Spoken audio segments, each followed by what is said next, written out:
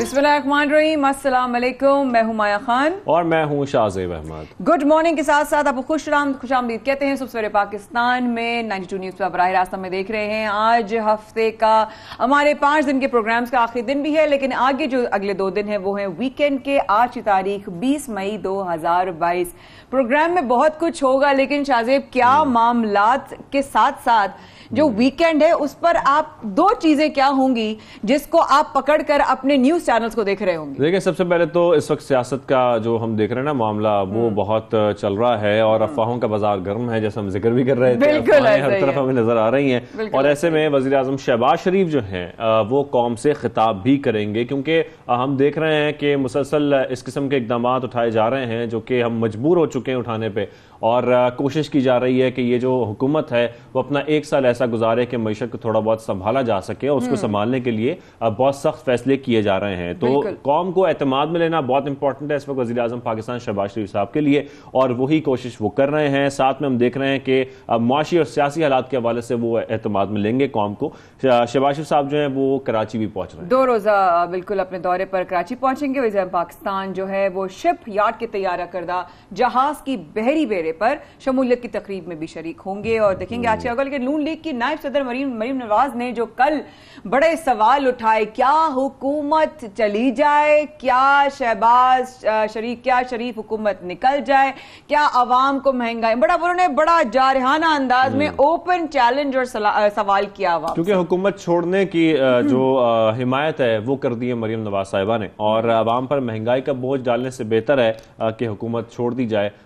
इस किस्म का बयान सामने आया मरीम नवाज साहिबा की जानिब से। साथ में सुप्रीम कोर्ट ने शहबाज शरीफ के खिलाफ सो मोटो नोटिस भी लिया है, और बशीर मेमन के इल्जामात और फॉरेन फंडिंग केस दबाने पर भी अस खुद नोटिस ले लिए जाएंगे। साथ में आपको बताएं कि इलेक्शन कमीशन, जिसके फैसले का इंतजार हम सबको था, सुप्रीम कोर्ट का जो फैसला था उसके बाद हम देख रहे हैं कि इलेक्शन कमीशन पर सबकी नजरें थी। पंजाब असेंबली के जो मुनर्रिफ अरकान है उससे मुतालिक जो रेफरेंस था उसका फैसला आज सुनाने का इम्कान है, आज सुनाया जाएगा। और इलेक्शन कमीशन ने फरकान को नोटिस भी जारी कर दिए हैं, क्योंकि जो इसका फैसला है वो बड़ा इंपॉर्टेंट है। इलेक्शन कमीशन का फैसला बहुत इंपॉर्टेंट है मुनर्रिफ अरकान के हवाले से, क्योंकि वज़ीर आला पंजाब के जो इंतखाब में हमने देखा था कि तहरीक इंसाफ ने 25 अरकान के खिलाफ रेफरेंस दायर किया था कि वो मुनर्रिफ अरकान है, और उनके खिलाफ जो फैसला है वो इलेक्शन कमीशन ने अब करना। राइट, बिल्कुल ठीक है। और आगे चलते हैं। सुबनाम में किसी का इंटरव्यू किया ना किसी से राब्ता, डीजी ISPR ने 2 टोक अल्फाज में सबको बता दिया। जनाब मेजर जनरल बाबर इफ्तिखार ने कहा, कायम मकाम वजीर आजम का तकरीर अफवाज पाकिस्तान ने नहीं करना।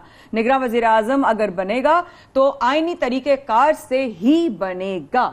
और साथ में वज़ीर दाखिला शेख रशीद साहब, साबिक़ वज़ीर दाखिला शेख रशीद साहब, उन्होंने ये कहा था कि रावलपिंडी और इस्लामाबाद में निगरान वज़ीर आज़म के लिए इंटरव्यूज हो रहे हैं। लेकिन खैर इंटरव्यूज हो रहे हैं नहीं हो रहे, ये तो खैर देखा जाएगा कि निगरान वज़ीर आज़म आ रहे हैं नहीं आ रहे, कौन आ रहा है। लेकिन खैर अफवाज पाकिस्तान ये कह चुके हैं कि फौज का इससे कोई ताल्लुक नहीं है, और ये आईनी तरीकाकार है जो कि अपनाया जाएगा, और उसी तरीकेकार से ही आपका निगरान वज़ीर आज़म आएगा। एब्सोल्युटली, बिल्कुल ठीक है। ज़र मुबादला बचाने के लिए लग्जरी और गैर जरूरी, कल इस तरह हमने आपसे सेगमेंट भी किया था और हमने आपसे डिस्कस भी किया था शाहज़ेब ने, माया ने, तो अब जरा और भी कुछ क्लियरेंस भी सुन लें। ज़र मुबादला बचाने के लिए लग्जरी और गैर जरूरी अशिया की दरामद पर पाबंदी आयद कर दी गई है। वज़ीर इत्तलात के मुताबिक बड़ी गाड़ियों, महंगे मोबाइल फोन्स और क्या क्या है, बहुत कुछ है। कॉस्मेटिक्स है, मोबाइल फोन्स हैं, लग्जरी कार्स हैं, साथ में चॉकलेट्स हैं, और चॉकलेट साथ साथ फिश प्रोडक्ट्स हैं, फ्रोजन आइटम्स हैं, कारपेट है, टिश्यू पेपर्स हैं, तो ये तमाम चीजों पर पाबंदी लगाई जा रही है बजट तक। बजट के बाद फैसला किया जाएगा कि इनके ऊपर ड्यूटी आयद करनी है, टैक्स बढ़ाना है, क्या करना है, लेकिन अभी फौरी तौर पर पाबंदी लगा दी गई है। फौरन हो गया ना इम्प्लीमेंट इस पर। बिल्कुल, क्योंकि ज़र मुबादला के जो मसाइल हैं उसको हल करना है, उसमें जो कमी है उसको दूर करना है। तो इंपॉर्टेंट यही था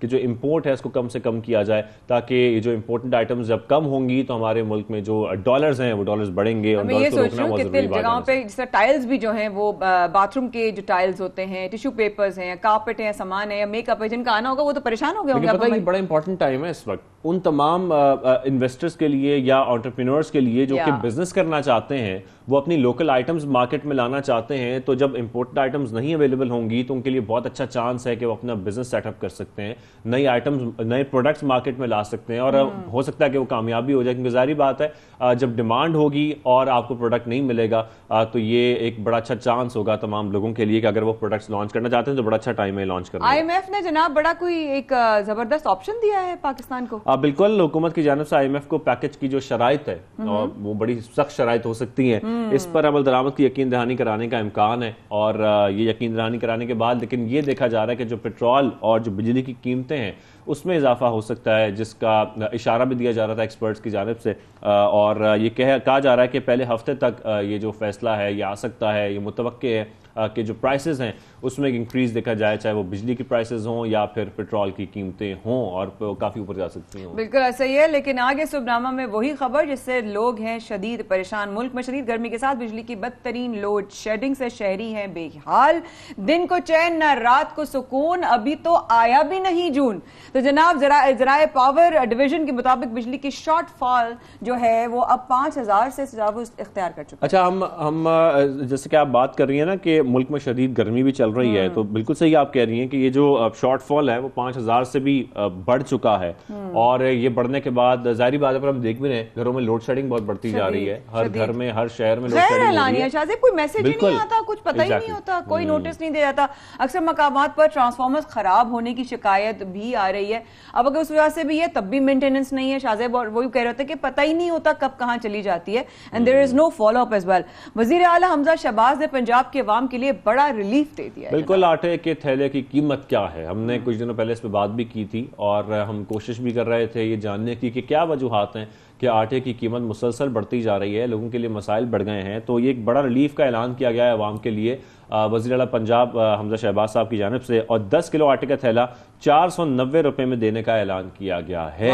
साथ में अस्पतालों में कैंसर समेत तमाम अद्वियात जो है उसकी किल्लत दूर की जाएगी और मुफ्त फराम की जाएंगी अद्वियात, जो कि बहुत इंपॉर्टेंट है हमारे लोगों के लिए कि लोग बड़े परेशान होते हैं जब अद्वियात खरीदनी पड़ती हैं, बहुत महंगी पड़ती हैं। इतना महंगा इलाज नहीं होता, इतनी महंगी आपको अद्वियात लेनी पड़ती हैं। और साथ में सूबे के लिए 45 लाख टन गंदम खरीद चुके हैं, यानी कि वो इनकी जानिब से कहा जा रहा है कि 1 साल का स्टॉक हमारे पास मौजूद है पंजाब के लिए और हमें किसी किस्म की किल्लत का सामना नहीं है और साथ में उन्होंने आवाम को रिलीफ भी दे दिया है। तो ये तो बड़ी अच्छी बातें जो सामने आ रही हैं। साथ में आपको ये बताएं कि हुकूमत ने एटमी धमाकों के 24 साल मुकम्मल होने पर 10 रोजा तकरीबात मनाने का फैसला किया है और ये तकरीबात जो है मनाई जाएंगी। और इस हवाले से बताया गया है वफाकी वज़ीर इत्तलात जो है मरियम औरंगजेब साहिबा, उन्होंने कहा कि यौम तकबीर पर ना झुके थे ना झुकेंगे का उन्वान रखा जाएगा। इस उन्वान के साथ इन तकरीबात का एहतमाम किया जाएगा और इसको सेलिब्रेट किया जाएगा। वज़ीर आज़म शहबाज शरीफ ने भी हिदायत जारी की है कि क़याम पाकिस्तान के 75 साल मुकम्मल होने की डायमंड जुबली तकरीबात की तर्ज पर यौम तकबीर मुल्क भर में जज्बे के साथ मनाया जाएगा। ये हमारा था शुभनामा आज माशाल्लाह काफी ज्यादा स्पीडी भी था और बहुत सारी खबरें थी शुभनामा में।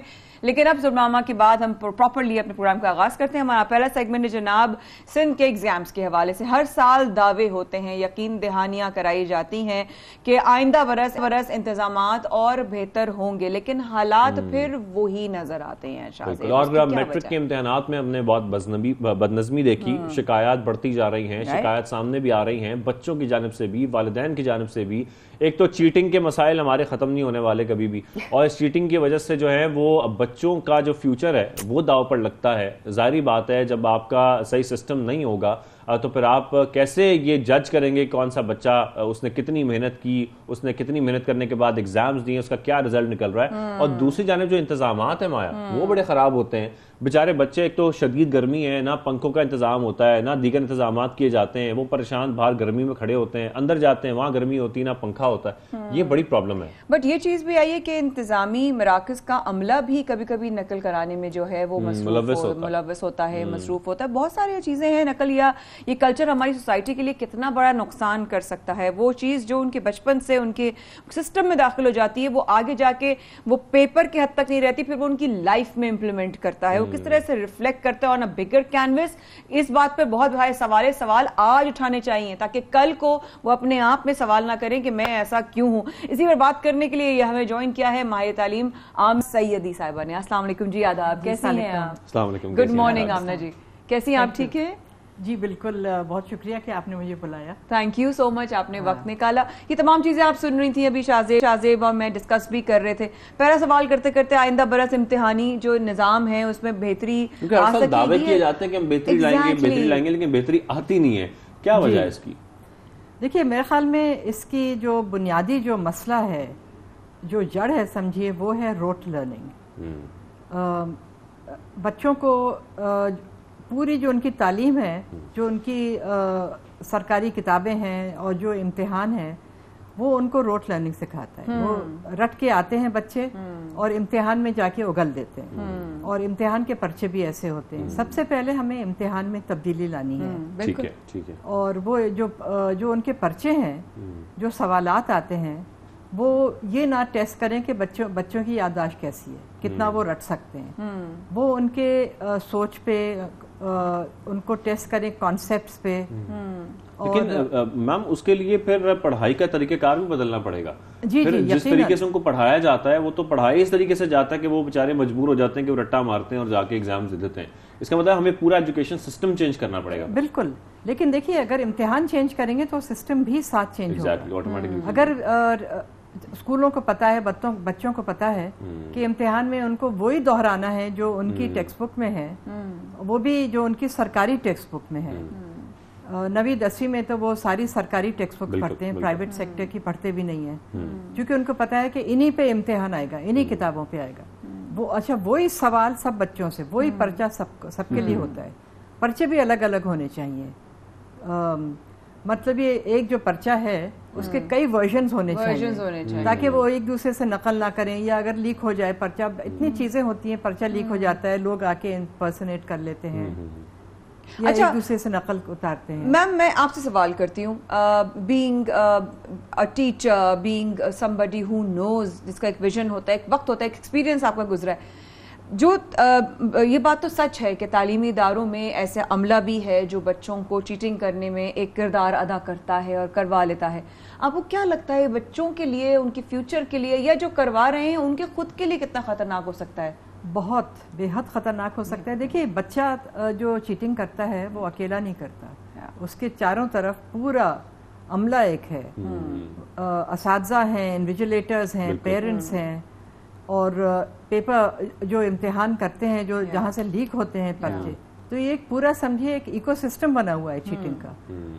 तो अच्छा, हमें ये पूरा, और यकीनन बच्चे पे, जो आज बच्चा चीटिंग करेगा वो सारी उम्र समझिए कल को वो। मैं इस तरफ आ रहा था कि फिर हम जो देखते हैं कि हमारे चाहे वो गवर्नमेंट ऑफिसेज हों, दीगर इदारे हों, वहां पर जब यही बच्चे आगे जाकर काम करना शुरू होते हैं, प्रोफेशनल लाइफ में अपनी आती है, तो फिर वो करप्शन की तरफ भी जाते हैं। फिर जाहिर बात है जब उनके सारे मराहिल ऐसे गुजरे, उनकी पर्सनालिटी का हिस्सा बन जाता है। चलो ना, कोई नहीं यार, ये कर ले, चलो कोई नहीं।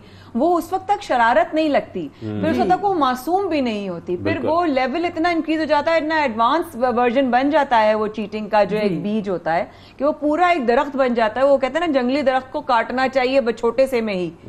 बिल्कुल बिल्कुल। तो वो जो जंगली पौधे उग जाते हैं, तो उनको बचपन से ही निकाल दे, उखाड़ देते हैं हम लॉन से उठा के। तो उसको किस तरीके से उसको फोकस किया असल में वो तो उनका वैल्यू सिस्टम का एक हिस्सा बन जाता है कि अगर आगे बढ़ना है, कुछ करना है, तो चीटिंग करो, या चोरी करो, या झूठ बोलो, या करप्शन करो। ये समझिए कि उनका एक ये तरबियत में ये एक दाखिल। जी हाँ, बिल्कुल।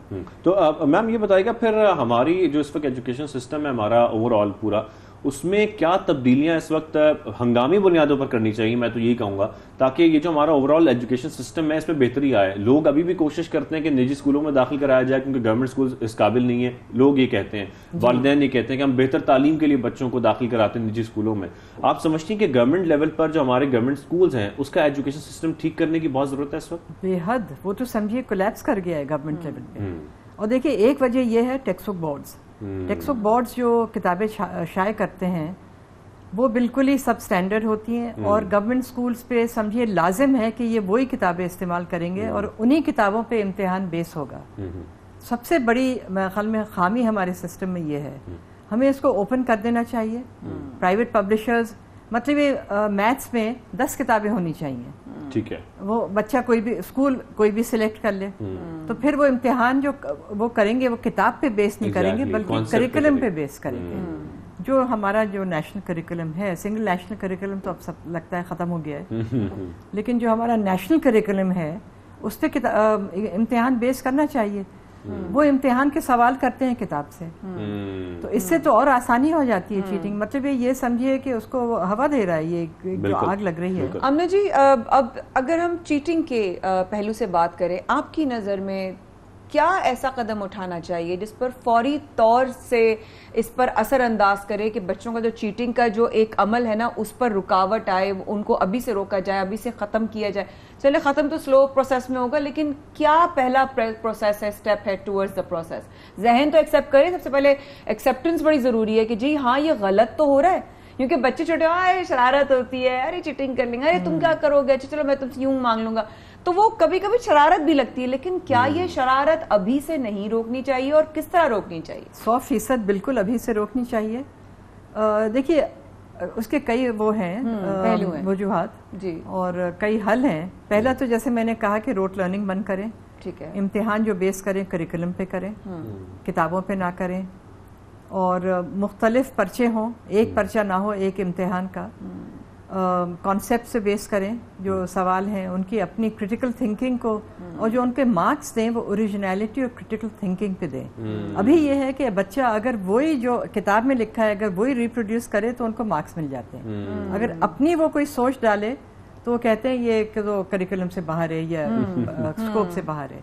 पूरा इम्तिहान का सिस्टम चेंज करना है। विजुलेशन, जो इन्विजिलेटर्स हैं वो उस पर निगाह रखनी है, क्वालिटी कंट्रोल करनी है, CCTV लगाना चाहिए हर जगह, और इस किस्म के सिक्योरिटी के तो उनको करने पड़ेंगे। और अब तो टेक्नोलॉजी का इस्तेमाल हो सकता है, अब तो आप जो पेपर्स हैं उसके लिए बाकायदा तौर पर कंप्यूटर्स का इस्तेमाल कर सकते हैं ताकि कोई चीटिंग हो ही ना सके। इवन कैमरास लग सकते हैं, सब कुछ होता है, लेकिन वही बात है अगर आपकी नीयत होगी तब आप ये तमाम स्टेप्स लेंगे। Thank you very much. Technology की वजह से और आसान हो गया है, और आसान हो उससे भी सख्ती करनी है कि आप अपने मोबाइल फोन्स लेके, बच्चे सुनाए मोबाइल फोन्स लेके अंदर जा रहे हैं। दूसरी बात यह है कि हमारे जो ये क्यों करते हैं चीटिंग, इस फुटेज में चल भी रहा है, दाखिला हो जाए, इस्तेमाल हो रहा है, अच्छे कॉलेज में दाखिला हो जाए, यूनिवर्सिटी में दाखिला हो जाए, बिल्कुल ऐसा ही। वो इतना ज्यादा कंपटीशन है यूनिवर्सिटीज में क्योंकि वो कम है, और हमें ये हाई एजुकेशन की तालीम, इवन फिर मैम बात फिर वहां तक भी जाती है कि यूनिवर्सिटी तक भी, कि यूनिवर्सिटी में फिर जो आपका क्राइटेरिया है एडमिशन का वो सिर्फ इस बुनियाद पर ना हो कि आपके मार्क्स कितने हैं, उसमें आपका बाकायदा तौर पर टेस्ट लिया जा सकता है एडमिशन के लिए, ताकि फिर आपके जो एडमिशंस हैं वो मेरिट पर हो सके, और तमाम बच्चों के पेपर्स हों, उसमें टेस्ट पेपर्स हों, ताकि ये पता लग सके कौन सा बच्चा जो है वो इस काबिल है। Thank you ma'am, thank you for taking out time. God bless you. Thank you. और बहुत कुछ आपसे बात करके जरा क्लियर हुआ, आई एम श्योर पेरेंट्स को भी ख्याल होगा। लेकिन जाते जाते एक बात कि 2019 में मुफ्ती तकी उस्मानी साहब ने फतवा दिया कि जब मुल्क को मुश्किलात दरपेश हों और लोग मुनाफा कमाने की गर्ज से डॉलर की जखेरा अंदोजी करें तो वो सख्त गुनाह है। इस पर और बहुत सारी बात होगी। इस वक्त के बाद शाजी फरमाया कर रहे हैं आपका इंतजार सबसे पहले पाकिस्तान में छोटे से वक्फे का वक्त।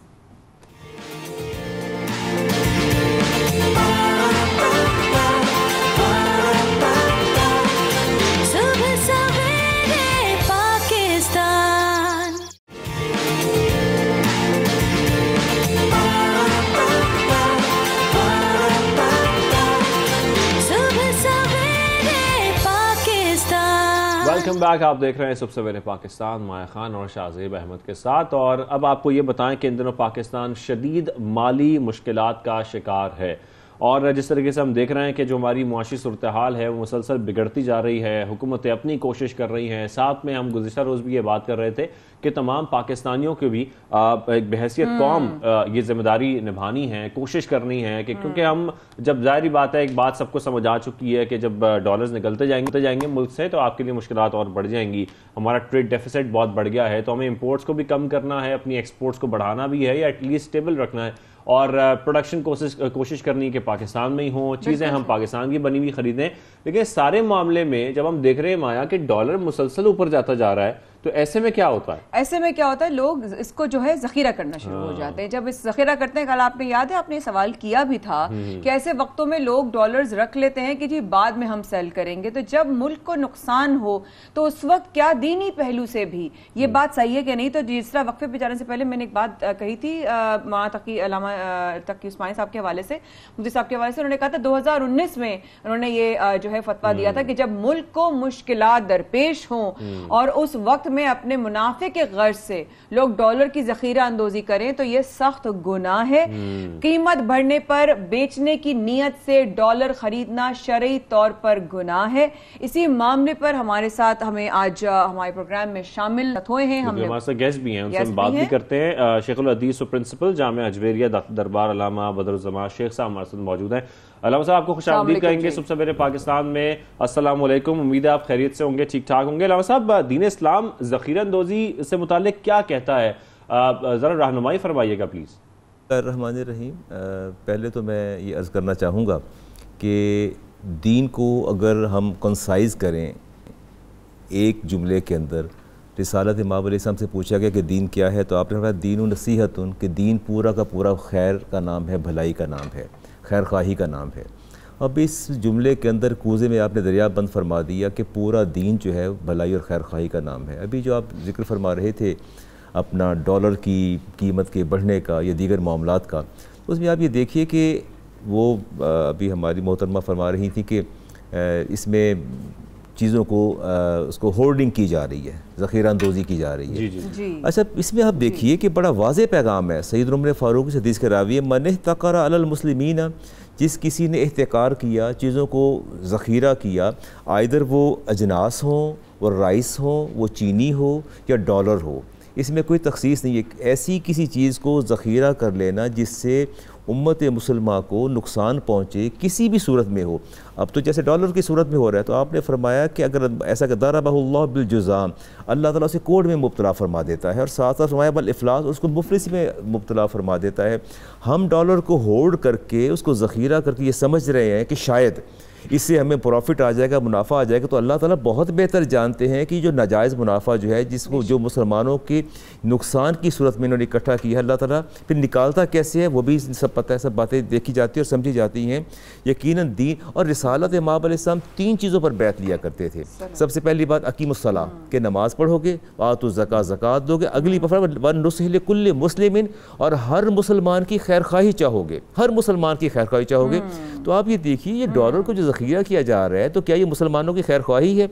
दूसरी बात मैं ये करना चाहूँगा कि मुसलमान तो एक जस्ते वाहिद की तरह है, एक पूरे वजूद की तरह है। अगर एक बॉडी ऑर्गन डिस्टर्ब होता है, आपका दांत का दर्द ले लें, टूथ एक आप ले लें, और स्टेबिंग पेन है, टूथ एक स्टेबिंग पेन है, तो क्या पॉसिबल है कि बंदा टूथ एक में मुब्तला और पूरी बॉडी जो है वो पीसफुल हो जाए? पूरी बॉडी पीसफुल नहीं हो सकती, आपका पूरा बदन बेकरार और मुस्तरिब हो जाता है। तो एक मुसलमान को तकलीफ पहुंचती है तो पूरा का पूरा जो है वो अपना जिस्म बेकरार और बेचैन हो जाता है। रिसालत इमाम अलैहिस्सलाम ने इरशाद फरमाया, मन इह्तक़रा तामन 40 लैला, जो 40 दिन तक चीज़ों को रोक के रखे, फ़क़द बरिया मिनल्लाहि व बरिया अल्लाहु मिन्हु, अल्लाह ताला उससे बरी ज़िम्मा है और उसका अल्लाह से कोई ताल्लुक़ नहीं है। तो ये लोग अब जो डॉलर को खरीद के रख रहे हैं, जमा कर रहे हैं कि इसको ज़्यादा कीमत पर बेचेंगे, तो उनको ये बात जहन में रखनी चाहिए कि उसका नुकसान उन्हें क्या होगा। और इनको रोकने के बाद सवाल ही पैदा नहीं होता है। अल्लाह ताला इनको आसानियाँ इनके लिए पैदा फरमा दे, बर्बादी जो है इनका मुक़द्दर है, और अल्लाह ताला पैसा निकाल लेता है। ये मैं आपको बता दूँ, अल्लाह पैसा निकाल लेता है। जो आपने नाजायज़ हुक और पैसा बिल्कुल ऐसे अल्लामा साहब, फिर तो ऐसा पैसा जो ज़ख़ीरा करेंगे आप इस नियत के साथ कि जिस तरीके से हमने सुना है कि जब मुल्क को माशी मुश्किलात का सामना हो और आप इस तरह से अपना फ़ायदा देखें कि आप मेरा मुल्क और मेरे हम वतन और मेरे मुसलमान बहन भाई जाएं भाड़ में और सिर्फ मेरा फ़ायदा हो, तो फिर ऐसे में उनका फिर क्या बरकत होगी उनके मुनाफे में? अच्छा भाई, इसमें उन्होंने बड़ी ज़बरदस्त हदीस पाक है। इनकी साइकी, ये ट्रेडर्स जो हैं, ये इन्वेस्टर्स जो हैं, ट्रेडर्स जो हैं, इनकी साइकी अल्लाह के रसूल ने बयान फरमाई। इमाम अबू दाऊद शरीफ की हदीस है और इब्न माजा ने इसको नकल किया, और मुआज़ बिन जबल हदीस के रावी फरमाते हैं कि ये जो लोग हैं इनकी साइकी क्या है।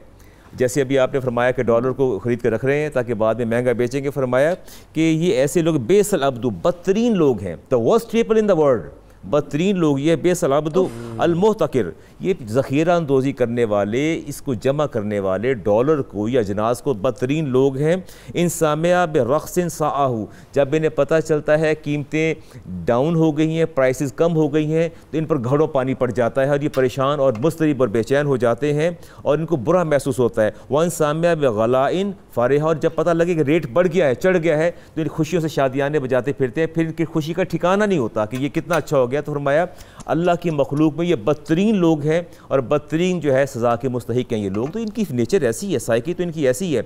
हमेशा आप देख लीजिए, अगर फ्यूल की कीमत बढ़ने की खबर जब मिलती है तो क्या होता है, पेट्रोल पंप वाले फ्यूल रोक लेते हैं, तो ये हाँ ज़ख़ीरा कर लेते हैं और ताकि महंगे दामों बेचेंगे। तो फरमाया अल्लाह की मखलूक में ये बदतरीन लोग हैं और जहन्नम इनका ठिकाना है। और इन्हें अच्छा, अगली मैं बात जो करना चाहूँगा वो बड़ी ज़बरदस्त बात है, इब्न माजा की रिवायत है।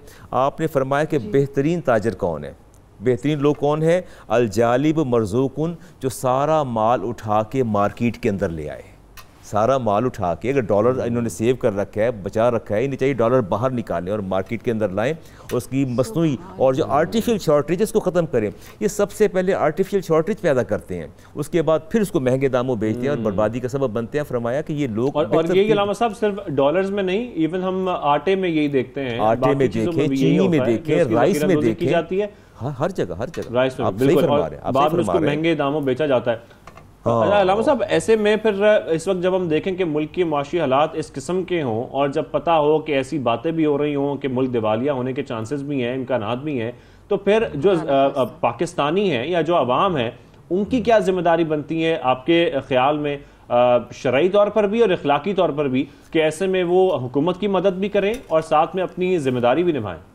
अच्छा, मैं यहाँ शाहज़ेब मैं ये बात, छोटी सी बात कहना चाहूँगा कि अगर होल द बॉडी, अगर पूरी बॉडी सफ़र करती है, उसके डिफरेंट ऑर्गन्स हैं जिसमें आपके बॉडी ऑर्गन्स हैं, क्या पॉसिबल अगर बॉडी बीमारी में मुब्तला हो जाए तो ऑर्गन्स पीसफुल हो जाएं?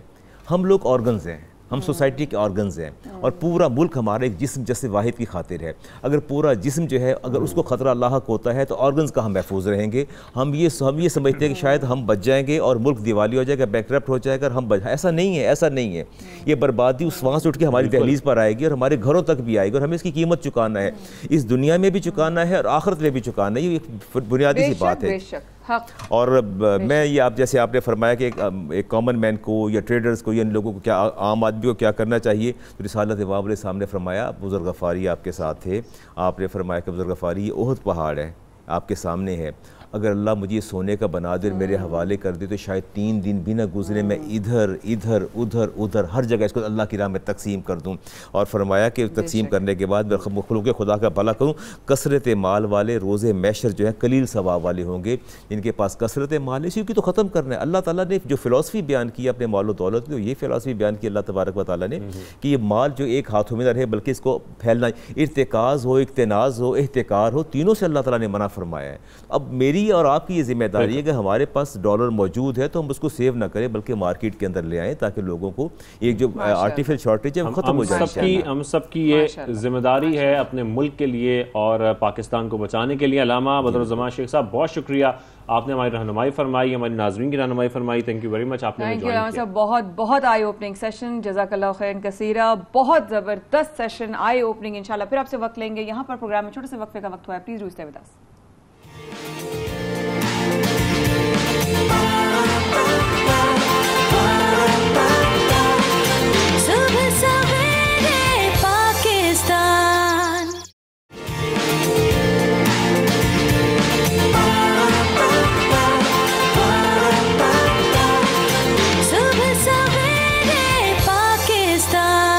वेलकम बैक, आप देख रहे हैं सबसे पहले पाकिस्तान। और अब हम आपको जो खबर देने जा रहे हैं वो लाहौरियों के लिए, हम सबसे पहले यही कहेंगे खबरदार हो जाएं। अब आप लोग जरा ध्यान कर लें, क्योंकि होने ये जा रहा है कि जो भी ट्रैफिक कवानीन की खिलाफ वर्जी करेगा उसको जुर्माना तो होता था, पहले भी होता था, लेकिन अब वो जुर्माना उतना नहीं होगा जितना पहले होता था। वो जुर्माना में बिल्कुल नहीं, इजाफा कर दिया गया है। अब हजारों रुपए का जुर्माना होगा और वो इसलिए होगा ताकि कवानीन को फॉलो किया जाए, उसकी खिलाफ वर्जी ना की जाए। और CTO लाहौर ने ट्रैफिक जुर्मानों में भारी इजाफे की सिफारिशात तैयार कर ली हैं। ये भारी इजाफे सिर्फ कहने में भारी नहीं है, वाकई बहुत भारी हैं, क्योंकि जब मैं आपको बताऊंगा तो आप भी दंग रह जाएंगे। मोटरसाइकिल वाले कम से कम 2000 और कार सवार 5,000 रुपए का जुर्माना बना। Oh my God. और अगर गलत पार्किंग की तो कार वाला 5,000 और मोटरसाइकिल सवार 2,000 रुपए जुर्माना अदा करेगा। और ये छोटी रकम नहीं है। अब सोच समझ के लोग जो है कानून तोड़ेंगे। हमें ज्वाइन किया है सीनियर एसपी ट्रैफिक सदर डिवीजन आसिफ सिद्दीकी साहब ने लाहौर स्टूडियो में मौजूद। अस्सलाम वालेकुम आसिफ साहब,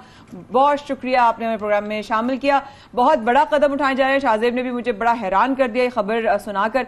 लेकिन जो नए जुर्मानों का इतलाक कब से होने जा रहा है, इम्प्लीमेंटेशन कब से स्टार्ट होगी? जी नए जुर्मानों का इतलाक जो है वो पहले से शुरू है। कुछ 2 कैटेगरी जो है ये जस्टिस साहब और हाईकोर्ट की वजह से, हाईकोर्ट के ऑर्डर्स की बाबत, ये वन वे और विदाउट लाइसेंस, ये ऑलरेडी इस पर चल रहा था कि इसको हमने इनहांस किया हुआ 200 से 2,000 तक बाइक के लिए और 4 व्हील के लिए 500 to 5,000। अच्छा, अभी हमने सबरी दीगर और वायलेशंस जो हैं, ब्लैक पेपर और दीगर वायलेशंस पर भी हमने इसको बढ़ाया, समरी भिजवाई है कि ये मोटरसाइकिल के लिए 2,000 हो जाए कम से कम और 4 व्हील के लिए 5,000 हो जाए। सर इसमें तो कोई शक नहीं है कि पार्किंग का बहुत बड़ा प्रॉब्लम होता है। जब गलत पार्किंग की जाती है, ट्रैफिक ब्लॉक होती है, ट्रैफिक की रवानी मुतासर होती है, सड़कें तंग हो जाती हैं, खुली खुली सड़कें होती हैं, लेकिन गलत पार्किंग की वजह से मसाइल पैदा होते हैं। लेकिन मुझे ये बताइएगा कि ये जो जुर्मानों में इजाफा किया गया है, क्या आप लोगों ने इसी वजह से किया है कि सिर्फ ये जो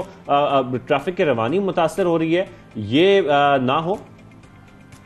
जी, ये जुर्माने इसलिए किए हैं कि लोगों पे डेटरेंस हो और वो वायलेशन जो उनकी सेफ्टी को चैलेंज करती है, जी वो वायलेशन जो ट्रैफिक कंजेशन करती है उससे बाज रहे। और चूंकि हम काम करते हैं रोड सेफ्टी पर, रोड सेफ्टी पर हमें रोड यूजर्स की सेफ्टी जो है ना उसको फर्स्ट रखते हैं।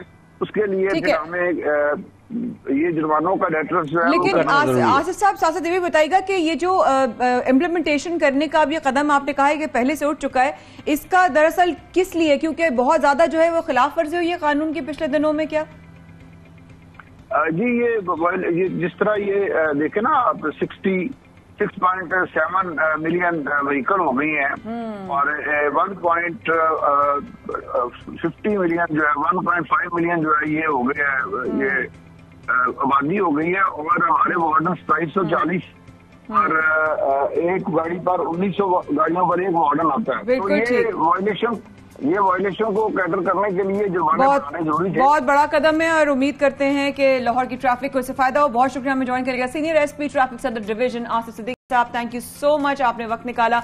इंशाल्लाह फिर आपसे राब्ता करेंगे। और अब आपको लेके चलते हैं जनाब एक और स्टोरी की तरफ। तो हमारी लोकल इंडस्ट्री इस काबिल है कि हम डिमांड पूरी कर सके, क्योंकि हुकूमत ने लग्जरी आइटम्स कभी साथ में किया, हमने बहुत सारी बातें और भी की हैं। लेकिन यहाँ रिजवान हमारे साथ हैं इस वक्त मौजूद, जिनसे हम बात करेंगे हुकूमती फैसले को कैसे देखते हैं, क्या हम इसके लिए तैयार हैं? जी रिजवान साहब। जी वालेकुम जनाब, कैसे हैं आप? ठीक हैं? अच्छा जी, क्या आप इस फैसले को कैसे देखते हैं? जी देखिए, मैं आपको बताया चलूं, ये जो इंपोर्ट हमने बंद की है मोबाइल फोन्स की और जो हमारे इलेक्ट्रॉनिक्स की, मोबाइल फोन के मतलब बताना चाहूंगा मैं आपको कि तकरीबन कोई एक साल में कोई 2.7 मिलियन डॉलर की जो है ये इंपोर्ट होती है मोबाइल में, जो सालाना बनती है कोई 2.5 बिलियन डॉलर। उसकी इतनी तादाद में जो है मोबाइल इंपोर्ट होते हैं, जिसमें तकरीबन कोई 12% CPU कंडीशन में जिसे कहते हैं कंप्लीट मोबाइल और 88% जो है वो मोबाइल खुले हुए जिसे कहते हैं पार्ट की सूरत में SCD कंडीशन में मंगाए जाते हैं, जिसकी वजह से गवर्नमेंट को रेवेन्यू जनरेट होता था। लेकिन उन्होंने अब वो पाबंदी लगा दी है और मोबाइल फोन को इंपोर्ट बंद कर दिया। बकाया लोग कहते हैं कि पाकिस्तान से जरा मुबादा जाता है और उसकी वजह से जो है ये। अच्छा रिजवान साहब, मुझे यहाँ पर ये बताएं कि हमारी लोकल इंडस्ट्री इस वक्त इस काबिल है कि अगर इंपोर्टेड आइटम्स बंद कर दी जाती हैं, जिसमें सिर्फ मोबाइल फोन्स नहीं है, बहुत सारी अशिया हैं, कॉस्मेटिक्स की चीजें हैं और बहुत सारी खाने पीने की अशिया शामिल हैं, आप समझते हैं कि हमारी लोकल इंडस्ट्री इस वक्त इस काबिल है कि वो ये चीज अफोर्ड कर सकेगी, जो पूरी डिमांड है उसको पूरा कर सकेगी? एक तो साथ में ये बताएगा और फिर ये भी बताएगा, आप नहीं समझते कि फायदा भी पहुंचेगा हमारी लोकल इंडस्ट्री को? जो नए आने वाले लोग हैं उनके प्रोडक्ट्स इसमें सेल हो सकेंगे, वो नए प्रोडक्ट्स लॉन्च कर सकते हैं इस टाइम में। देखिए, मैं आपको बता चलूं, मैं मोबाइल के सिलसिले में आपको बताऊंगा 88% जो है पार्ट की सूरत में आ जाता है और यहाँ असेंबल होती है।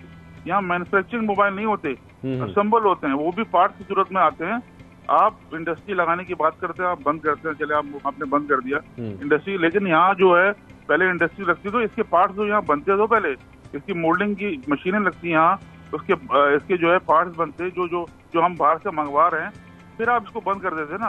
पहले आपने ये इंडस्ट्री तो लगने नहीं दी, आपने बंद कर दिया। पहले अपने पाँव पे खड़ा तो करते लोगों को, फिर उसके बाद फिर करते ना काम। ये सिलसिला आपने ये काम किया नहीं और आपने बंद कर दिया।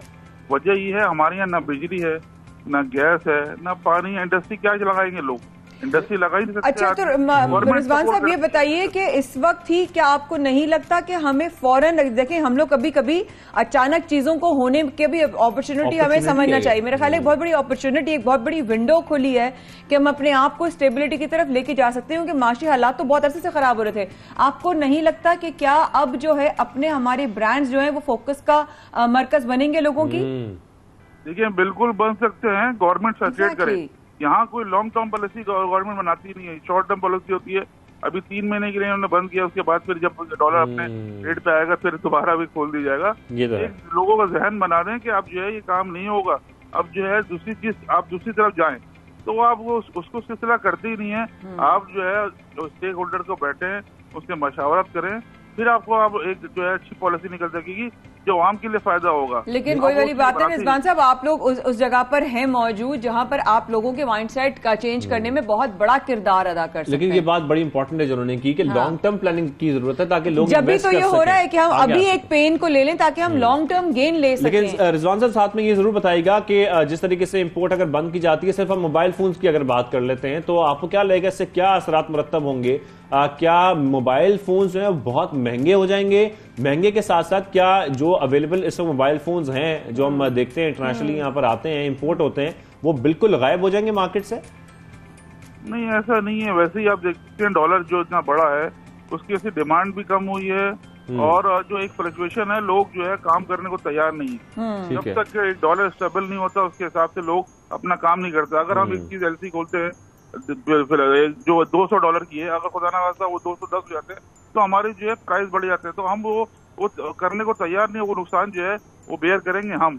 तो एक अनसर्टेनिटी है, एक जो है एक ठहराव नहीं है, ठहराव नहीं है, उसका नुकसान आप लोगों को उठाना पड़ेगा। Thank you very much Rizwan. Irfan साहब हमारे साथ मौजूद थे और डिटेल में हमसे शेयर कर रहे थे, क्योंकि जब जो नई पॉलिसी आई है उसके बाद हमें ये देखना है कि क्या इसके फवायद होंगे, क्या नुकसान होंगे और हमें क्या करना है। हमें इसलिए ये करना है कि छोटी सी ब्रेक हमें लेना है, क्योंकि अभी बहुत सारी प्रोग्राम में चीजें बाकी हैं। Please do stay with us.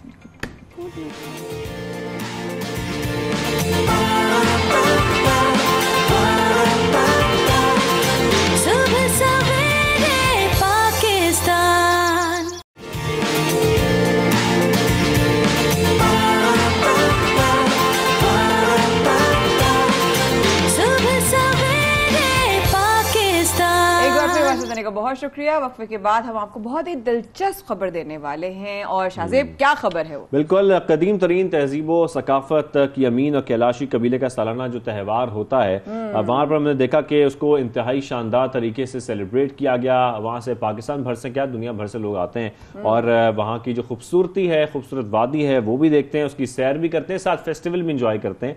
तो वहीं पर बाइकर्स का ग्रुप भी पहुंचा और बाइकर्स ग्रुप के जो सरबराह थे फेस्टिवल के, उन्होंने खूब सराहा भी और जो हमारे टीम के मेंबर हैं उनसे बातचीत भी की। साथ में पाकिस्तान की मेहमान नवाजी के हवाले से भी उन्होंने बहुत तारीफ की। आपको पता है बाइकर्स कहाँ से आए थे? मलेशिया से आए थे और उन्होंने बेसिकली पाकिस्तान को एक्सप्लोर करने का सोचा और पूरे बाइकर्स का ये गैंग था जिन्होंने ये सैर करते करते वो कैलाश पहुंच गए और वहां के मनाजिर दिखाए। हमारे गैंग मेंबर हैं अब्दुल्ला साहब, अब्दुल्ला ने इनसे बातचीत की। अब्दुल्ला जावेद तो दिखाते हैं आपको कि हमारी टीम ने मलेशियन बाइकर्स के साथ कैसे, उनका क्या फीडबैक है और कैसे सैर की। आइए देखते हैं। में हम मौजूद हैं और इस वक्त हमारे साथ मौजूद हैं मलेशियन बाइकर्स। कैलाश का फेस्टिवल तो जारी है, लेकिन ये एक बड़ी एडवेंचरस टूर है मलेशियन बाइकर्स का। 25 मेंबर्स। अस्सलाम वालेकुम। वालेकुम अस्सलाम। How are you? Alhamdulillah. How's your experience here? It's a wonderful country, Pakistan. So we love. This is my second time here, and then I think we fall in love with Pakistan. Okay, so what you enjoyed most? Food, traveling, what? We enjoyed it. So very nice, very experienced. I got a good food and good friend here, and the view is very beautiful over here. Have you tried Pakistani biryani? Yes, every day we eat biryani here. Very nice. Okay, and what else you like in food? Biryani, keema, dal, naan. Karachi के ख्वाबों की, पाकिस्तान के ख्वाबों की तारीफ सिर्फ पाकिस्तान के अंदर ही नहीं मौजूद, बल्कि मलेशिया से आए बाइकर्स भी उसको एंजॉय कर रहे हैं, औरों से बात करते हैं और उनका एक्सपीरियंस जानते हैं। अस्सलाम वालेकुम। वालेकुम सलाम। How are you sir? I'm fine. What is your name? Azizur Rahman. Azizur Rahman sahab, you are group leader of the Malaysian. Group leader. Okay. But I happy because I have seen a different culture in Pakistan. Okay. What is the best part of your tour? The best part is riding. Tell me about the behavior of Pakistanis. Behavior of Pakistani. As far as we are concerned, we meet a new good guys when we have we stop somewhere, have short drinks, and so far I think we really enjoy to be in Pakistan. And most important, with this little much money, we get more experience. Throughout our experience, travel all over the world, I think Pakistan offer the best. Baltistan की तरफ उतरेंगे और हमारा ये loop tour जो है फिर इस्लामाबाद की तरफ जाके एंड हो जाएगा। और मैं आपको ये बताता चलूँ कि ये इनका पार्ट 2 है। कोविड से पहले भी आ चुके हैं जो इन्होंने पार्ट 1 किया था, जिसमें हुंजा और स्कर्दू को कवर किया था। दिस इज़ पार्ट 2, अभी इसको ये कवर कर रहे हैं। और पार्ट 3 जो है इंशाल्लाह नेक्स्ट ईयर होगा, जिसमें हम ब्रोगल की तरफ बढ़ेंगे। KP टूरिज़म डिपार्टमेंट, मुझे KP टूरिज़म डिपार्टमेंट के हवाले से बताएं, आप लोग को कहाँ कहाँ उन लोगों ने किस किस तरह फैसिलिटेट किया है?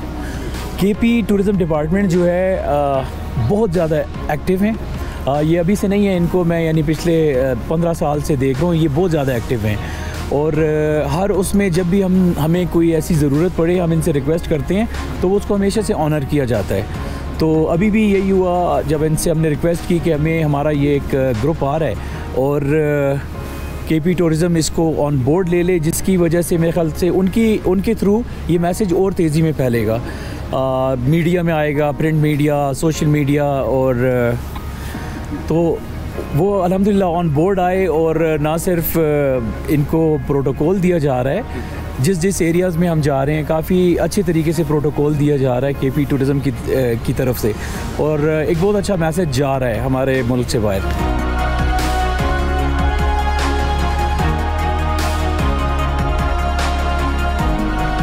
पाकिस्तान जिंदाबाद, मलेशिया पाकिस्तान जिंदाबाद, मलेशिया।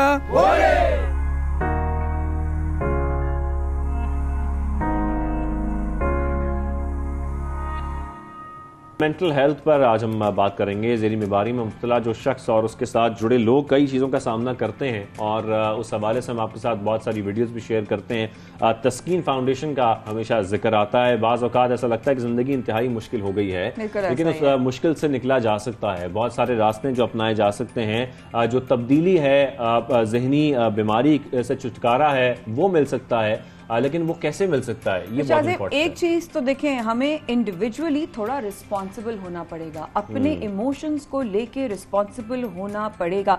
हम सिर्फ शिकायत करते रहे कि मेरी जिंदगी में ये मसला है, लेकिन उसकी सोल्यूशन की तरफ ना देखें, जिम्मेदारी सिर्फ और सिर्फ हम पर आती है। तो इसी मामले पर बात करने के लिए तस्कीन हेल्थ इनिशिएटिव से डॉक्टर ताहा साबिर साहब हमारे साथ मौजूद हैं। उनसे हम बात करेंगे और जानने की कोशिश करेंगे इस वीडियो के जरिए बेसिकली क्या पैगाम दिया जा रहा है। अस्सलाम वालेकुम, कैसे हैं आप? खैरियत से? ठीक ठाक है? वालेकुम अस्सलाम, अल्लाह का शुक्र। खैरियत से। अच्छा, ये वीडियो हमने देखी है, जंजीरों में जकड़ा ये शख्स, बेसिकली कहानी क्या बयान की जा रही है? जी, ये वीडियो जो है ये हमारे पार्टनर हैं उस्मान खालिद साहब, उस्मान खालिद प्रोडक्शंस। डॉक्टर साहब सॉरी की बात काट रही हूँ, थोड़ी देर बाद अगर मुझे भी पता चला है कि हमारे साथ इस्लामाबाद से उस्मान खालिद भट्ट साहब भी हमारे साथ होंगे, तो इस सेशन में इंशाल्लाह उस्मान खालिद होंगे इंशाल्लाह हमारे साथ शामिल इस प्रोग्राम में। जी डॉक्टर साहब, प्लीज में कंटिन्यू। जी, तो ये उस्मान खालिद साहब ने ये वीडियो बनाई, जो उन्होंने गाना भी बहुत अच्छा गाया है। तो ये जो आजकल ये जो मई का महीना उसको कहते हैं मेंटल हेल्थ अवेयरनेस मंथ कहते हैं इसको। तो इसमें हमने ये फील किया कि एक तो जाहिर सी बात है जो म्यूज़िक होता है, जो तख्लीकी तरीक़ेकार होते हैं, वो सदियों से इस्तेमाल हो रहे हैं परेशानी का इजहार करने के लिए और परेशानी से निमटने के लिए भी। तो इस वीडियो का मकसद एक तो ये कि एक आर्टिस्ट साहब ने ये वीडियो बनाई, हमारे साथ उन्होंने शेयर की, हमने कहा हम उसको प्रमोट भी करते हैं और साथ साथ एक मैसेज भी फैलाते हैं कि अगर आप किसी मसले से गुजर रहे हैं उसका इजहार करें, किसी तख्लीकी ज़राए से इजहार करें, या फिर अगर किसी से बात करने की इजहार करें तो हमारी मुफ्त हेल्पलाइन पे फ़ोन करें। ठीक है, ये इसका बेसिकली मकसद है। अच्छा, तो इस बेसिकली कम से कम अवेयरनेस के लिए वही वाली बात है कि ये रास्ता भी ऑब्वियसली बहुत एक अलग, म्यूजिक अपने आप में एक बहुत बड़ी लैंग्वेज भी है और एक बहुत बड़ा मैसेज भी रखती है, बहुत बड़ा असर भी डालती है। मेंटल हेल्थ इस हवाले से अवेयरनेस कितनी जरूरी है डॉक्टर साहब?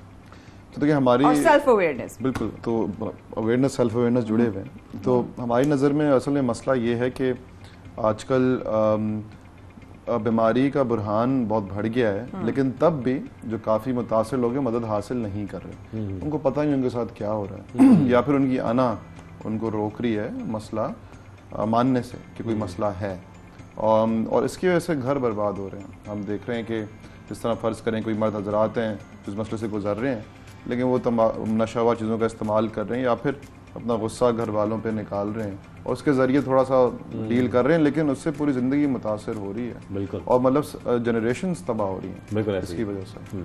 अच्छा, अगर कोई शख्स कोई ज़हनी बीमारी में मुब्तला है या मसाइल का शिकार है, तो फौरी तौर पर आप क्या समझते हैं कि उसे क्या करना चाहिए, या एटलीस्ट जो उसके आसपास के लोग हैं, हम ये हमेशा बात करते हैं कि उनकी फैमिली है या हस्बैंड वाइफ हैं, तो क्या उनको भी कोई कोशिश करनी चाहिए ताकि एटलीस्ट इसको उस वक्त रोका जा सके जब ये चीज़ डेवलप हो रही है, बढ़ती जा रही है? देखिए, इसको रोकने के लिए तो एक तो हमें अपना एक सकाफ़ी एक तब्दीलियाँ लानी होंगी, और ये जो सबसे तब्दीली है कि ये जो बात है ना कि लोग क्या कहेंगे, इसको ही सोच के हम अपने ना मसले अपने अंदर दबा लेते हैं, और इसी से ये बुनियाद होती है मसलों की हमारी नज़र में कि अगर लेट्स से कि किसी के साथ बुरे से बुरा सानिया हो, अगर वो उसी वक्त उसका इजहार कर दे, उस पर गौर व फिक्र करके उसको अपने शऊर से निकाल दे, तो फिर वो बीमारी बनेगी नहीं। मसला ये होता है कि इवन मामूली चीजें लोग अंदर रखते हैं, फिर वक्त के साथ वो बढ़ती जाती हैं, फिर वो नासूर बन जाती हैं।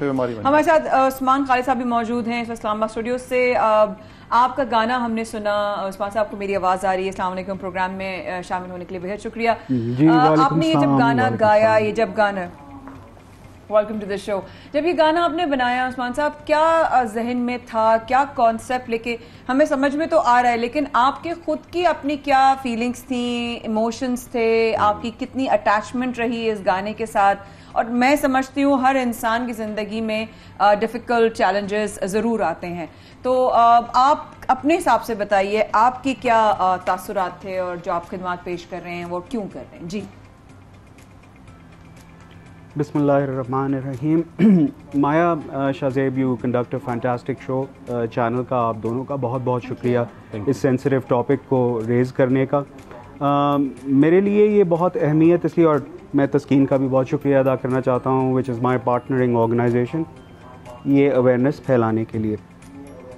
माया, आई नो, मैंने आपके बड़े शोज़ देखे हुए हैं, आई नो किस तरह से आपने अपनी पर्सनल स्ट्रगल्स को ओवरकम किया है और इमोशनली ओवरकम किया है, और मेरी वालदा का ख़ास तौर पे आपके लिए मैसेज था शो पे आने से पहले कि बताइएगा you looking fantastic and you doing great. So आपको बहुत बहुत मुबारक हो for surviving and doing so well. अब आपने जिस तरह बताया कि एक ग्रेडियंट होता है 0 to 10, 0 to 10 का ग्रेडियंट होता है, उसके अंदर दुख, दर्द, और जिस तरह डॉक्टर साहब ने अभी जिक्र किया, इजहार करना बहुत ज़रूरी है। हर कोई दर्द से गुज़रता है, लेकिन अगर दर्द हद से तजावुज़ कर जाए तो उसके नताइज कुछ ख़तरनाक हो सकते हैं, बोथ पेशेंट के लिए भी और उसके लिए भी जो उसकी सराउंडिंग में जिनकी लाइफ्स को वो टच करता है, भले ही वो घर के लोग हों, दोस्त हों, या फिर काम की जगह पे हों। मेरे लिए एक बहुत इमोशनली ड्रेनिंग टॉपिक था। मुझे, अगर आप उस्मान खालिद प्रोडक्शंस के पेज पे जाएंगे आपको देखेंगे कि वो लोग हैं जिन्होंने इसको सपोर्ट किया, जो कि मेरे वहमो गुमान में नहीं था। वो सेलिब्रिटीज़ हैं। बुशरा अंसारी मुझसे कभी मिली भी नहीं है, she is never met me. Laila Zubairi, एक ड्रामा सीरीज़ में हमारी एक थोड़ी सी मेरी एक गेस्ट अपीयरेंस थी, but we have never met. उसके अलावा इमरान अब्बास, जो कि 1 साल के लिए मेरे साथ कॉलेज फेलो था, उसने, अली हमज़ा, हम इकट्ठे पढ़े जब मैं लाहौर यूनिवर्सिटी मैनेजमेंट साइंसेज में पढ़ रहा था। तो इन लोगों ने इतना सपोर्ट किया, और उमूमन इस तरह के लोग जो हैं वो सपोर्ट नहीं करते जब तक उस कॉज में ट्रूली बिलीव ना करें। पेन एक इस तरह की लैंग्वेज है जो कि ट्रांसेंड करती है बाउंड्रीज। जी बिल्कुल। लेकिन उस्मान साहब साथ में ये जरूर बताइएगा अपनी एक यूनिवर्सल लैंग्वेज है, जिक्र कर रहे हैं और ये बकायदा तौर पर आपकी जानब से प्रोड्यूस भी किया गया, इस पे काम बिल्कुल। किया गया और पेन की खैर इस पे भी हम डिटेल में बात करते हैं, लेकिन ये जरूर बताइएगा कि क्या आप इन मसाइल से गुजरे या आपने आसपास किसी को गुजरते देखा बहुत करीब से कि फिर आपने ये सोचा कि हमें इस पर काम करना बहुत जरूरी है या एटलीस्ट ये मैसेज कन्वे करना बहुत जरूरी है ताकि लोगों को ये बेसिक आगाही हो? Shahzeb, thank you very much. ये बड़ा प्यारा आपने सवाल पूछा है और इसको मैं ज़रा थोड़ा सा इन डेप्थ बताना चाहता हूँ। हम लोग बड़े खुशकिस्मत हैं, आज मैं स्टूडियो में बैठ के आपसे मुखातिब हूँ। हम लोगों के पास हर तरह की अल्लाह ताला की नेमत है, लेकिन हम ये जनरेशन ये भूल जाती है कि हम एक फ्रीडम के प्रोसेस से गुज़रे, हमने वो फ्रीडम ली और पार्टीशन के अपना एक इम्पैक्ट है। तो मेरे वालिद साहब जो हैं वो पार्टीशन में बॉर्डर क्रॉस करके पाकिस्तान में आए और फिर इधर अपनी ज़िंदगी गुजारी। उनके ऊपर उस पार्टीशन के अंदर जो कत्ल गारत हुआ, जो अट्रॉसिटीज़ हुई, उसका असर हुआ और नतीजतन ये हुआ कि मुझे तो ये याद पड़ता है कि टीन एजेस में मैंने अपने वालिद साहब को बहुत बीमार देखा और वो मैनिफेस्ट इस तरह से हुआ कि उनको सीवियर डिप्रेशन थी। फिर कुछ इसके ऊपर डिबेट है मेडिसिन की दुनिया के अंदर, डॉक्टर साहब भी आपको बताएंगे कि वेदर डिप्रेशन इज़ जेनेटिक और नॉट, लेकिन मेरे बड़े भाई को सीवियर डिप्रेशन थी। तो ऐसे बहुत, और अल्हम्दुलिल्लाह आज वो बहुत सक्सेसफुल इंसान है, वो खुद एक फिल्म प्रोड्यूसर है, अंग्रेज़ों को अंग्रेज़ी पढ़ाता है in the UK, he is a PhD in English literature माशाल्लाह। तो you know there is a story of survival, we can not give up. Pakistanis, मैं ख़ास तौर पे पाकिस्तानियों की बात करना चाहता हूँ, हम पे ज़लज़ले आए, हम पे आफात आई, किस तरह की नहीं आई। यू नो हम तो छोटी छोटी चीज़ों के बारे में बात करते हैं कि परेशान हूँ मैं, काम पे मेरे बॉस ने मुझे बड़ा झाड़ दिया आज, यू नो, या बेगम के साथ मेरी नहीं बन रही है। You know think about the atrocities people have been through. People have lost lives. पूरे villages सैलाब में आके दब गए, खानदान, जिंदगियां तबाह हो गई, लेकिन हम फिर से राइज कर गए। So Pakistan is an incredibly resilient nation और तस्कीन जैसे इदारे और दीगर आप जाएंगे और भी इदारे हैं जो इस तरह का बड़ा अच्छा काम कर रहे हैं। मेरा ख्याल से म्यूजिशियंस, आर्टिस्ट, चैनल्स, हमारी एक सिविक रिस्पॉन्सिबिलिटी बनती है कि हम इन स्टिग्मास के बारे में बात करें। सबसे इम्पॉर्टेंट बात स्टिग्मा है और माया आपसे बेहतर कौन जानता होगा, एक खातून होने के नाते, लेट्स टेक एन एग्जांपल, अगर आपके ऊपर ये एक लेबल लग जाए कि जी आप बाइपोलर डिप्रेसिव हैं और खुदा ना खास्ता पता चल जाए आपके रिश्ते के वक्त आपके जिधर रिश्ता होने वाला है, तो उसके रेपरकशंस हमारे कल्चरल कॉन्टेक्स्ट में क्या होते हैं आप बेहतर जानते हैं। बहुत ज्यादा काम पे, अगर मेरे काम पे और ये निशानदेही बहुत जरूरी है, ये अवेयरनेस बहुत इंपॉर्टेंट, और जिस तरीके से आप बता भी रहे थे, खैर हम चाहते हैं कि बहुत सारे सवाल तो ना तस्कीन से हमारा दिल भरता है और ना आज उस्मान आपसे बात करने का बहुत दिल चाह रहा था, but please do say salaam to your amma from me and thank you so much for being part of the show. Doctor साहब आप हमेशा आते रहे हैं, but Taskeen well done, great job, we are super proud, thank you so much guys for taking our time. बहुत बहुत apologies, इस वक्फे के बाद हमारे साथ रहिएगा।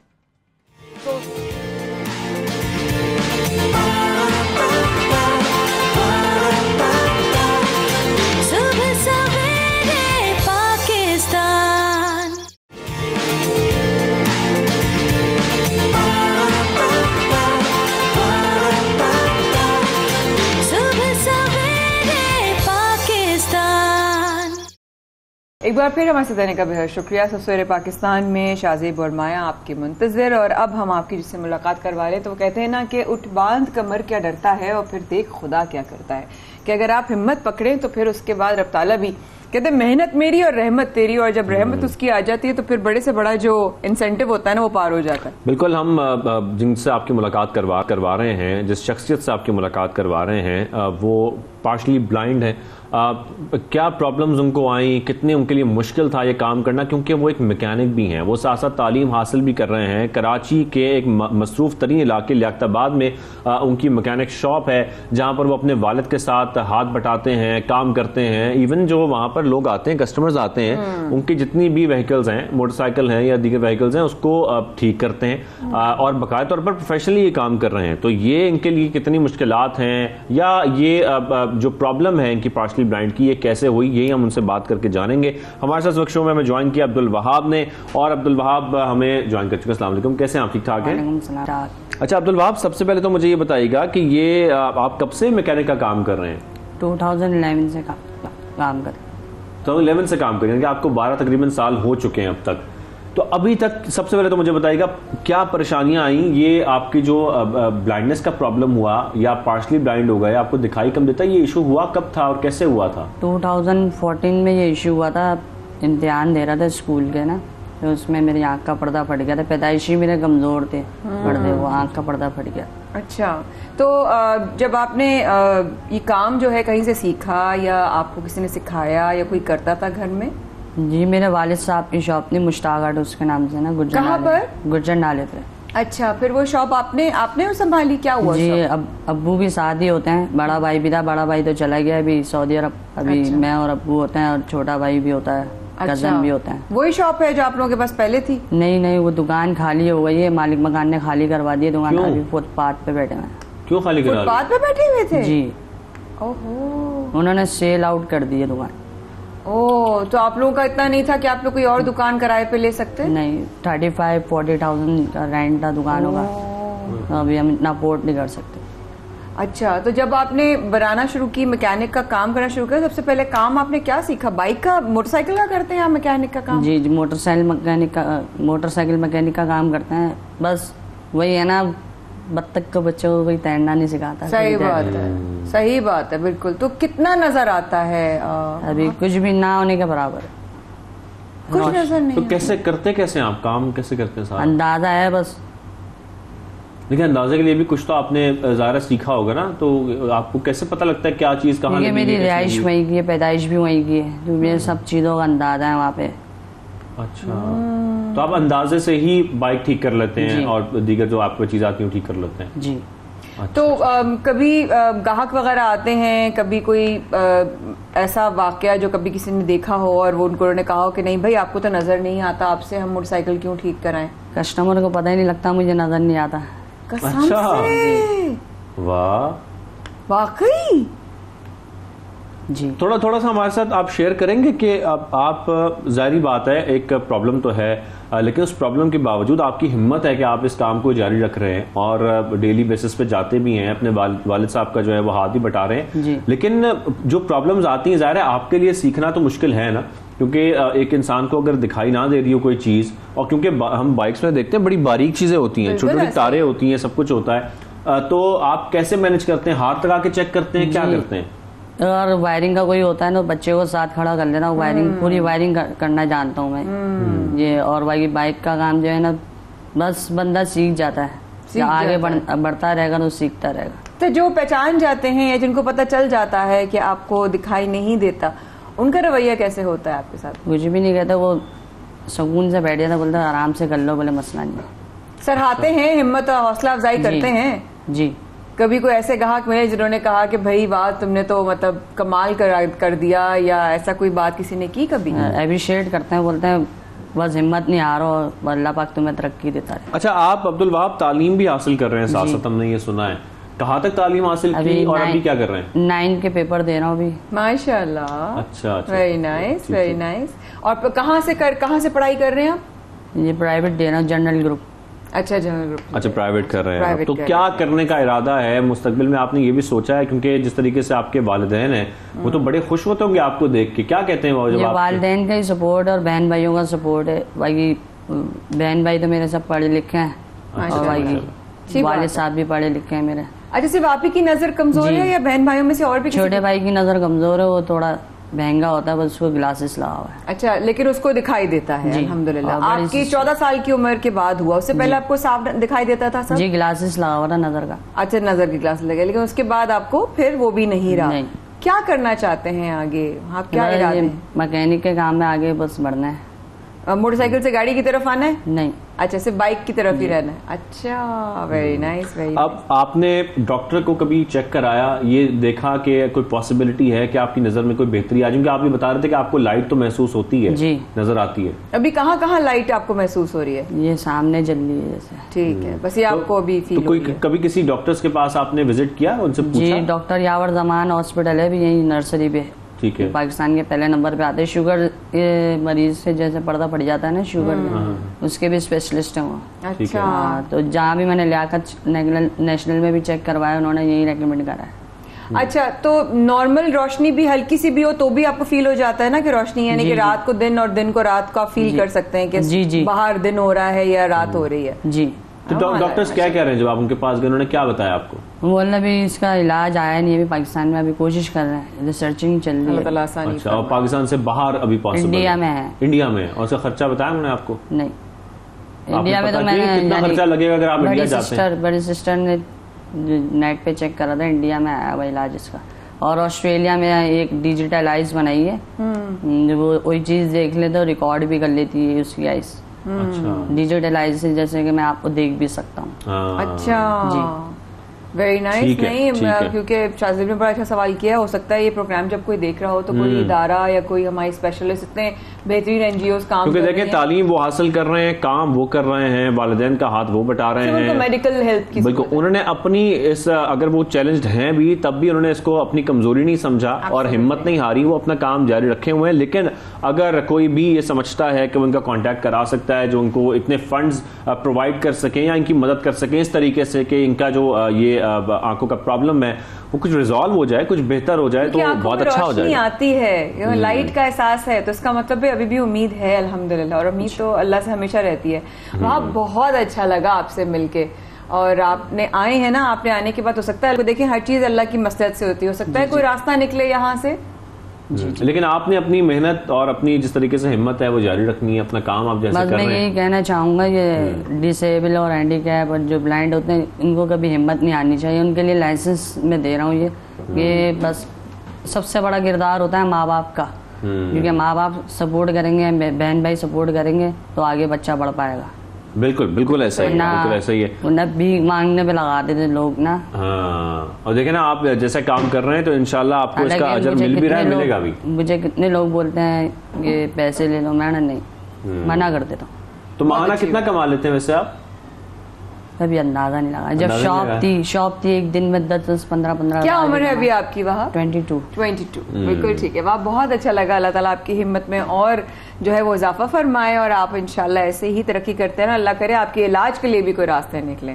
बहुत शुक्रिया प्रोग्राम में आने। अब बात होगी इस खत की, नहीं एक और खत की। ये एक ऐसा खत है जो मिला है दीवारों के अंदर से और उसके साथ जुड़ी हुई थी एक गुड़िया। यहाँ गोल चक्कर अमेरिका में एक ऐसा घर पुरस्कार गुड़िया का खत मिलने पर बहुत ज्यादा ये खबर वायरल हुई। इसने मालिक को फौरन अपना घर छोड़ने का मशवरा दिया था। उस खत के अंदर इस खत में दावा किया गया है जनाब कि घर के साबका मालिकान को मैंने कत्ल कर दिया था। ये गुड़िया कह रही है उस खत में। जॉनथन ल्यूज घर में काम करा रहा था तो एक अचानक से एक उसको तार नजर आया। जब तार को बाहर निकालने लगा दीवार से तो साथ में जुड़ी हुई एक पुरानी गुड़िया भी उसको मिली। इस खत को देखकर उसके होश उड़ गए। गुड़िया लकड़ी की एक छोटी कुर्सी पर बैठी थी और इससे पीले रंग के ऊनी बाल थे।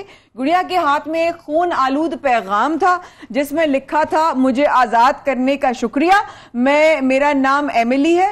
आप ये कहना चाह रही हैं कि इसने अपने मालिकान को कत्ल किया? जी, पहले वाले जो पहले थे, क्योंकि वो उसको पसंद नहीं थे। हाँ। और वो उसने उस लेटर में लिख के जो नए मालिकान थे उनको दिखाया। हाँ। और उनकी हालत खराब हो गई। उन्होंने कहा दीवार बनवा रहे थे, दीवार जब बनवाई उन्होंने तो उसमें टूट फूटंग होती है ना, तो हाँ, तो जब टूटम फूटम हुई तो अंदर से डॉल निकली तो उसके हाथ में ये खून में ये खत था। मुझे ना वो चाइल्ड्स प्ले मूवी याद आ रही है, एनाबेल एक्चुअली वो वाली एक्चुअली एमिली इस तरह की कहानी है। और अब मैं असल में मेरे असल मालिकान 1961 में इस घर में रहते थे, मुझे वो पसंद नहीं थे इसलिए उन्हें जाना पड़ा। साथ में एक भारत से भी खबर है और भारत से खबर यह कि वालिदैन ने बेटे और बहू पर जल्द बच्चा पैदा ना करने पर 5 करोड़ रुपए हर्जाने का दावा कर दिया है।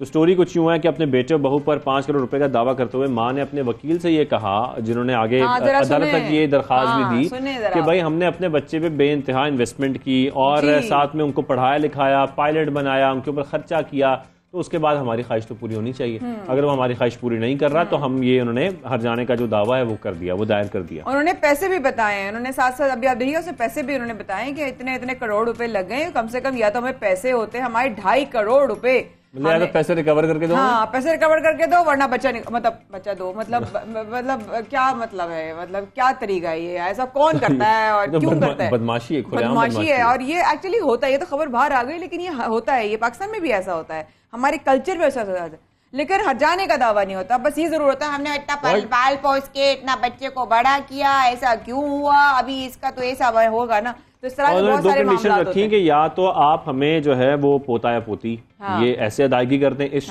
शक्ल में अदायगी करते हैं, या फिर दूसरी ऑप्शन आपके पास ये कि अपने बेटे और बहू से 2.5 करोड़ रुपए जुर्माने का उन्होंने मुतालबा कर दिया, या तो 2.5 करोड़ दे दें या बच्चा दे दें। बस अब मुझे कोई बात नहीं करनी इस खबर के बाद, मुझे कोई खबर की बात ही नहीं करनी इस बात के बाद। ये कोई बात हुई है भला? मतलब अजीब सी बात वैसे कसम से हो गई है, मतलब पोता पोती करो। खैर एनीवे, जुमे का आखिरी प्रोग्राम हमारा, और डेफिनेटली वीकेंड की तरफ के लिए आपकी बहुत सारी दुआएं आप लोगों के लिए कि खैर आफियत से गुजरे। हम लोग चाय का कप हाथ में लेकर खबरों की तरफ जरूर हमारे आंखें होंगी और ध्यानों का, बिकॉज ये वीकेंड होगा, जलसे होंगे, आज अनाउंस होगा जनाब के मार्च कब होगा, ये बहुत सारी खबरें इंशाल्लाह नेक्स्ट वीक तक के लिए हम लोगों को दीजिए इजाजत। शाज़ी फरमाया होंगे मंडे को आपकी खिदमत में हाजिर, तक के लिए अल्लाह हाफिज़।